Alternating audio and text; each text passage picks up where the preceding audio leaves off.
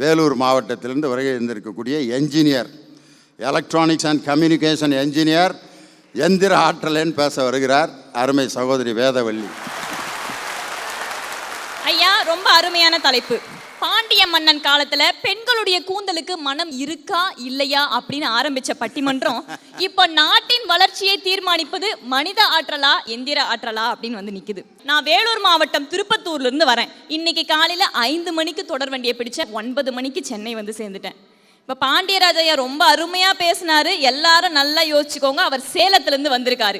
அவர் எத்தனை நாளைக்கு முன்னாடி கிளம்பினாரு? மனித ஆற்றலை வச்சு நடந்தே வந்தாரா இல்ல இயந்திர ஆற்றலை வச்சு பட்டிமன்றத்துக்கு வந்தாரான்றது எனக்கு தெரிஞ்சாகும். மனித ஆற்றலில் நடந்து பரப்பிட்டு இருந்தாருன்னு வச்சுக்கோங்க. எப்போ வந்து சார் அடுத்த மே தினம்தான். அதுவும் பாண்டியோட ஸ்பீடு எனக்கு தெரியும். அவ்வளவுதான். அடுத்த மே தினத்தில் பட்டிமன்றத்துக்கு வந்து சேர்ந்திருப்பார். ஐயா, அவரை விடுங்க. நீங்க கடைசியா ஏதாவது வெளிநாட்டுக்கு போனீங்களா ஐயா? கடைசியான்னு சொல்லாதம்மா. நீங்கள் இது வரைக்கும் வெளிநாடுகளுக்கு போயிருக்கீங்களா? சமீபத்தில் எப்போ போனீங்க அப்படின்னு கேளுங்க.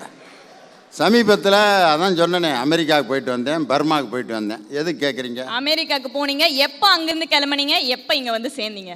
அமெரிக்காவில் 12ஆம் தேதி கிளம்பி 13ஆம் தேதி சாயந்தரம் இங்கே வந்துட்டேன். 13ஆம் தேதி சாயந்தரமே இங்கே வந்துட்டீங்க. இதே கொஞ்சம் நினச்சி பாருங்க, நீங்கள் எது மூலிமா வந்தீங்க அதை சொல்லுங்கள். ஃப்ளைட்டில் வந்தேன். இதே கொஞ்சம் நினச்சி பாருங்க, 12ஆம் தேதி கிளம்பி 13ஆம் தேதி வந்து சேர்ந்துருக்கீங்க. இதே நீங்கள் 12ஆம் தேதி நீங்கள் நடந்து வரணும், என்னுடைய மனித ஆற்றல் தான் பெருசு அப்படின்னு சொல்லி நினச்சிருந்தீங்கன்னா நீங்கள் 2 வருஷம் ஆனாலும் வீடு வந்து சேர்ந்துருக்க முடியாது. அதுக்கு உங்களுக்கு வழியும் தெரிஞ்சிருக்காது. எங்கே போய் நடந்து வர்றது? கடலை பார்த்தோன்னா கொலம்பஸ் மாதிரி பாய்மர கப்பலில் கிளம்பி எங்கிட்டாவது காணா போயிருப்பேனே ஒழிய இந்தியா வந்து சேர்ந்துருக்க மாட்டேன்.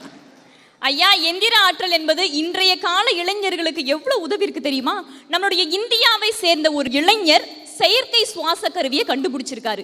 அது இப்போ அமெரிக்காவில் உள்ள ஒரு பிரபல மருத்துவமனையில அந்த செயற்கை சுவாச கருவியை உபயோகப்படுத்திக்கிட்டு இருக்காங்க. நம்மளுடைய இந்தியனுடைய பெயரை அமெரிக்கா வரை கொண்டு சேர்த்தது எங்களுடைய இந்தியன் கண்டுபிடிச்ச அந்த கருவி தானங்க ஐயா. அடுத்து நம்மளோட தமிழ்நாட்டை எடுத்துக்கோங்க. தமிழ்நாட்டை பற்றி நிறைய விஷயங்கள் சொல்லியாச்சு. சென்னையை பற்றி சொல்லியிருப்பீங்க, மதுரையை பற்றி சொல்லியிருப்பீங்க, அவரை பற்றி சொல்லியிருப்பீங்க, இவரை பற்றி சொல்லியிருப்பீங்க. நான் ஒருத்தரை பற்றி சொல்கிறேங்க. அதை சொன்னால் தமிழ்நாட்டை பற்றியே உங்களுக்கு புரிஞ்சிடும். தமிழ் பேச்சில் சூப்பரான ஸ்டார் அவர். வசன உலகத்தின் நாயகன் அவர். அடுக்கு மொழியில் கவிதை பேசுகிற தலைகளுக்கெல்லாம் தலைவரானவர். இளைய தலைமுறையினருக்காக தளபதியை தந்தவர். அவர் தான் எங்களுடைய முத்தமிழறிஞர் டாக்டர் கலைஞர் அவர்கள். தமிழ்நாட்டுக்கே அடையாள சின்னமா விளங்குறாரு. அவர் கொடுத்திருக்காருங்க. அவருடைய ஆற்றல்ல எல்லாரும் வியந்து பாராட்டுவது எதுன்னா நினைவாற்றல் தான். ஒரு சாதாரண ஒரு வார்டு செயலாளர் 10 வருஷம் கழிச்சு போறான், ராமகிருஷ்ணா எப்படி இருக்க அப்படின்னா, ராமகிருஷ்ணனா 10 வருஷத்துக்கு முன்னாடியில் உங்களை பார்த்தேன், தெரியுமிடா நீ வந்து சீனிச்சாமி தம்பி தானே, அண்ணன் பேரையும் சொல்கிறாரு. அவன் அதை பார்த்துட்டு எனக்கு இதுவே போதுமே ஐயா, என் பேரை நீ ஞாபகம் வச்சிருக்க பாரு. நினைவாற்றல் மனித ஆற்றல். எங்களுடைய வீட்டில் வேலை செய்கிற பெண்களுக்காக இலவச தொலைக்காட்சி பெட்டி தந்தாரே, அந்த இலவச தொலைக்காட்சி பெட்டி ஒரு எந்திர ஆற்றல் தானங்க ஐயா. அது மட்டும் இல்லாமல் நம்மளோட தமிழகத்தில் ஈரோடு மாவட்டத்தை சேர்ந்த ஒரு இளைஞர் பெட்ரோல் இல்லாம உருவாகும் ஒரு வாகனத்தை வந்து கண்டுபிடிச்சிருக்காரு. அந்த வாகனத்தை தெரிஞ்சுக்கிட்ட ஒரு ரஷ்யன் இன்னைக்கு ரஷ்யாவில் ஒரு தொழிற்சாலை அமைச்சிருக்காரு. நம்மளுடைய தமிழனுடைய பெருமையை ரஷ்யா வரை கொண்டு சேர்த்தது எங்களுடைய இயந்திர ஆற்றல் தானங்க ஐயா. இதை மறுக்க முடியுமா? ஐயா ரொம்ப அழகா பேசினாரு. ஏடிஎம் இருந்து வெளியே வந்து எண்ணி எண்ணி பாக்குறாங்களாம். ஐயா, நான் ஒரே ஒரு கேள்வி கேட்கிறேன். ஏடிஎம் எந்திரம்னா என்னங்க ஐயா? ஏடிஎம்னா டெல்லர் மிஷின். ஏடிஎம்னா நல்ல மிஷின் சொல்லியிருக்கீங்க. ஸோ உலகம் ஃபுல்லாக எந்த இடத்துலையும் நம்ம மணி வந்து எடுக்கலாம்.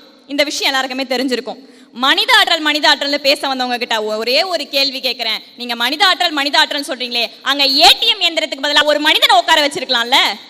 ஒரு மனிதனை உட்கார வச்சு 1 லட்ச ரூபாவை கையில் கொடுத்து ஒவ்வொருத்தரா கார்டு எடுத்துட்டு வருவாங்கப்பா, அவங்க தேப்பாங்க, நீ காசு கொடுக்கலான்னு சொல்லியிருக்கலாமே.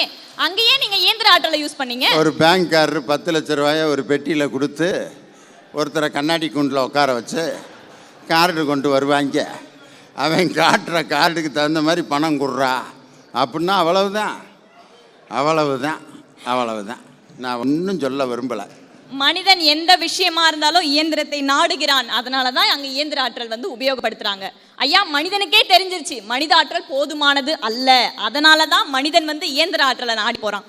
அடுத்ததான் உங்ககிட்ட ஒரு வில்லங்கமான கேள்வி அப்படின்னு கூட சொல்லலாம். நீங்க காதல் கவிதைலாம் எழுதியிருக்கீங்களா ஐயா? அது எழுதாதவன் ஒரு மனுஷனாம்மா, எல்லாரும் எழுதியிருக்கான். எங்கள் காலத்தில் இவ்வளவு கவிதை வடிவங்கள்லாம் இல்லை. எங்களுக்கு தெரிஞ்சதான் இந்த பழைய சினிமா பாட்டுக தான். அதில் இடையில ஏதாவது 2 வரிகளை உருகி அப்படி உல்ட்டா பண்ணி நாங்களே எழுதின மாதிரி எழுதி கொடுப்போம். அதுக்கு கண்டுபிடிச்சி கொடுங்க, இந்த பாட்டிலேருந்து எடுத்தியாக்க. இதிலையே உன்னையால் எழுத தெரில, நீ வாழ்க்கையில் என்னத்தை போய் நீ உடுப்பா சிந்திக்கிறதுக்கு நேரம் இல்லை, எழுதியிருக்கோம்ல ஒன்றே நினச்ச அப்படின்னு எழுதியிருக்கேன். அவங்கள வர்ணிச்செல்லாம் எழுதியிருக்கீங்களா ஐயா? எழுதியிருக்கேன். அதில் ஏதாவது ஒரு கவிதை சொல்லுங்க பார்க்கலாம். சித்திரை மாதத்து நிலவே, உன்னை பார்த்த நாள் முதல் எனக்கு நித்திரை வரவில்லை. இதான் நான் எழுதின முதல் காதல் கவிதை. எத்தனை பேருக்கு எழுதியிருக்கேங்க ஐயா? அம்மா, இது ஏதோ குடும்பத்தில் குழப்பம் உண்டு பண்ணுறதுக்காக நீ கேட்குற கேள்வி மாதிரி தெரியுது. எழுதினேன், ஒரு பிள்ளைக்கு எழுதினேன். அந்த பிள்ளை எங்கே கல்யாணம் பண்ணி எங்கே பிள்ளை பெற்று கிடக்குதோ பாவம். இப்போ வந்து அழகா பெண்களை வர்ணிச்சு கவிதை எழுதியிருக்கங்கலாம் சொல்லியிருக்கீங்க. இந்த காலத்து இளைஞருக்கு எப்படி தெரியுமா கவிதை எழுதுறாங்க? பெண்ணே, உன் கூந்தல் ஒரு இன்டர்னல் ஒயர், உன்னுடைய கண்கள் ஒரு கீபோர்ட், உன்னுடைய மூக்கு ஒரு மவுஸ், உன்னுடைய இதழ்கள் ஒரு இனிமையான லேப்டாப், உன் ஹார்ட் என்னும் ஹார்ட் டிஸ்கில் மூளை என்னும் ப்ளூடூத் வழியாக என்னுடைய சாஃப்ட்வேரை சற்று ஏற்றிக்கொள்வாயா அப்படின்னு கேட்குறான். அந்த காலகட்டத்தில் இயந்திர ஆற்றல் வந்தாச்சுங்க ஐயா. ஐயா, எங்களுடைய எந்திர ஆற்றல் வந்தது, மண்ணுலகத்தை மறந்தோம், விண்ணுலகத்தை சென்றடைந்தோம், உடலை துளையிட்டு மருத்துவம் கண்டுபிடித்தோம், உடலில் உள்ள துகள்களை எல்லாம் சேர்த்து உயிரை படைக்க கற்றுக் கொடுத்தோம். கண்டங்கள் தாண்டிய பேச்சு எங்களுடையது, கண்டங்கள் தாண்டிய தொழில்நுட்பம் எங்களுடையது, உலகில் உள்ள உறவை எல்லாம் ஒன்றா இணைத்தது எங்களுடைய இயந்திரம் மட்டும்தானுங்க ஐயா. 6 அறிவு அப்படின்னு சொல்றாங்க, மனுஷனுக்கு 6 அறிவு அப்படின்னு சொல்றாங்க. அது என்ன அறிவுன்னு சொல்ல முடியுங்களா? 5 புலன்களில் கிடைக்கும் 5 அறிவு, 6வது அறிவு பகுத்தறிவு. அந்த 5 அறிவு என்ன தெரியுங்களா? முகர்தல், பார்த்தல், சுவைத்தல், கேட்டல், நிறைய. நீங்க சொல்ற 6 அறிவு எங்களுடைய இயந்திரத்துக்கு இருக்கு அப்படின்னா நம்ப முடியுங்களா உங்களால? எப்படிமா? நான் சொல்றேன் கேளுங்க. முதலாவதாக ஓர் அறிவு, தொடு அறிவு. எங்களோட டச் ஸ்கிரீன்ல நீங்க தொட்டீங்கன்னா அதுல ரியாக்ஷன் நடக்கும். 2வது அறிவு சுவை அறிவு. நீங்க எந்த அமிலத்தோட எந்த அமிலத்தை கலந்தீங்கன்னா என்ன சுவை கிடைக்கும் அப்படின்றத எங்களோட ஆண்ட்ராய்டு அப்ளிகேஷன் மூலமா நீங்க தெரிஞ்சுக்கலாம். 3வதாக சுவாச அறிவு. மனிதனுக்கு மட்டுமல்ல, செல்போனுக்கு வந்து உயிர் இருக்கு. அதோடைய பேட்டரி தீர்ந்து போச்சுன்னா நீங்க மறுபடியும் செயற்கை சுவாசம் கொடுத்து தான் அதோடைய உயிரை வந்து நீங்க மறுபடியும் பெற முடியும். அடுத்ததாக விழி அறிவு. நீங்க கேமரா மூலமா வந்து நம்மளுடைய விழியால் பார்க்க முடியாத விஷயங்களை கூட கேமராவால் பார்க்க முடியுது. அடுத்ததா செவி அறிவு. இந்த காலகட்டத்தில் மனுஷன் வந்து அப்பா அத்தாவை காதுல வச்சுக்கிறானோ இல்லையோ, ஆண்ட்ராய்டு போனை எப்பவுமே காதுல வச்சுக்கிட்டே தான் திரியிறாங்க.